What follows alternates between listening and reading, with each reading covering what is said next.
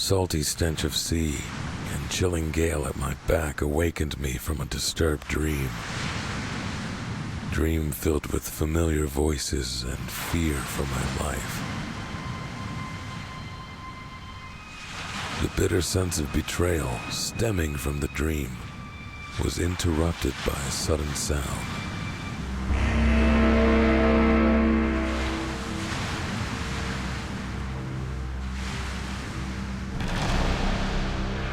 In the distance, a monumental metallic monster, as if grown into the rocks, loomed over the sky.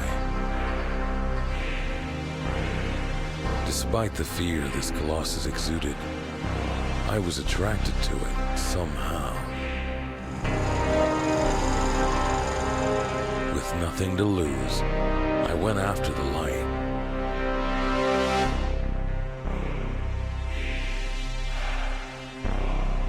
Thorough examination brought nothing. No mechanism to open the door, and no way to get inside. I resigned and sat down to plunge into my thoughts. Then I realized I had no memory of anything before I found myself on the rock.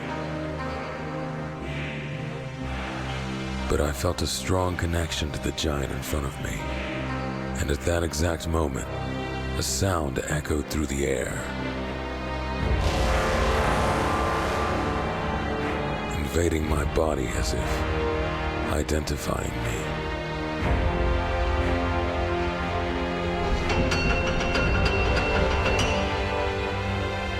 I braced myself and entered. Hello, and welcome to a new series. A Pile of Shame, the Backlog logs. Today we start with the first season, the GOG chapters. In this series, I aim to play all the games in my backlog, and as an incentive, I forbid myself from spending any more money on gaming until I have tackled at least half of the list before buying anything new. Now I'm taking this one platform at a time, but I only have two to worry about, GOG and Steam. Over on GOG, I have a total of 117 games paid, bought, and backlogged. Over on Steam, I only have 20. So, not as bad as I thought. I will not be counting gifts, otherwise I'll never buy a game again. Because I don't mind the Epic Games Store and I do enjoy playing some of those games. Also the Amazon Gaming Store, it's not bad either, especially now that it's giving away a bunch of GOG games. So without further ado, let's begin the first episode.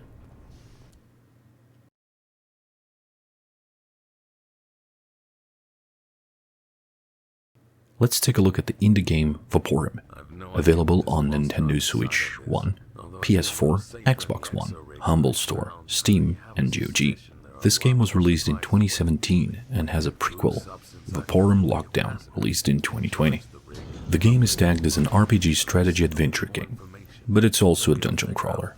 I found this game via trailers on the GOG store and bought it because the vibes were very interesting, and that hulking dude at the end of the trailer really got me geared up for a nice adventure. I bought the game in December of 2022 and finally played it 2 years later, 2024. I know I'm a bit late with this video, but bear with me. Starting up the game requires a bit of setup for a gameplay. Ease of access and other options make your experience more pleasant, easier or harder. I wanted to have a challenge but nothing demanding, so I toggled the auto map on but kept combat to real time, which results in exasperating combat encounters and plenty of dying. The game started slow, with 2 levels explaining the mechanics of movement, combat, navigation, leveling up, and story beats. Very good setup, so I kept going.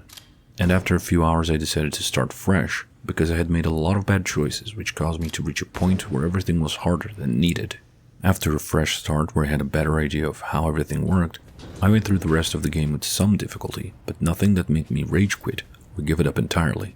After my first playthrough, I played it again, found all secrets with the help of guides and maps, and tried different playstyles, and used the turn-based combat to make things easier for me.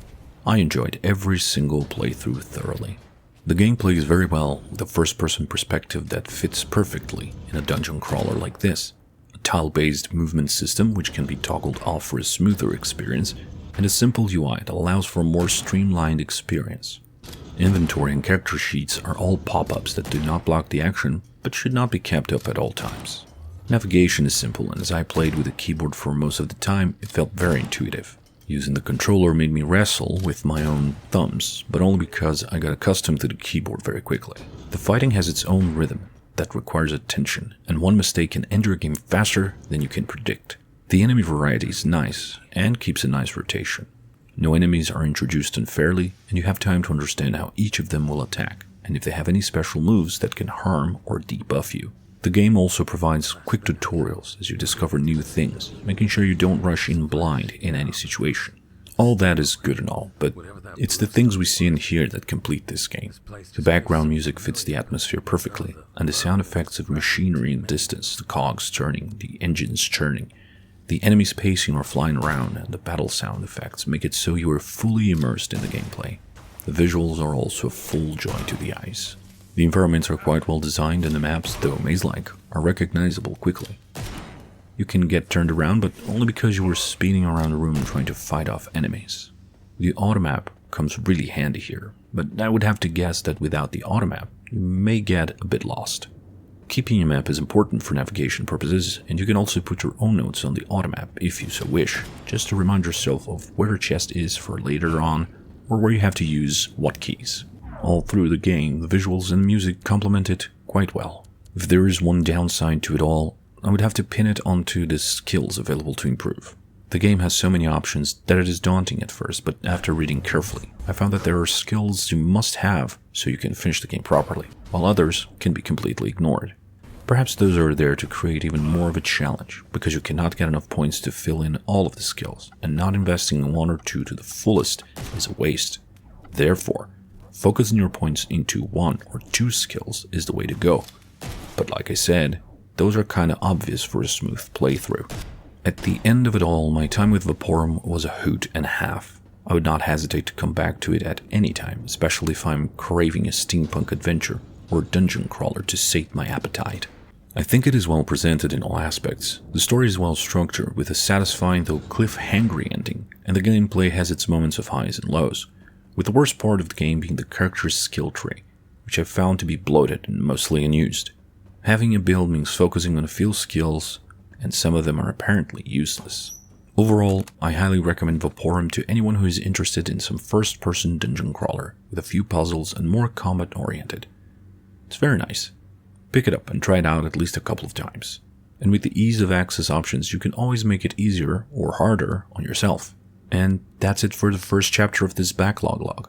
See you next time, when we check out a killer game with old history behind it and some hits to it. This feels familiar.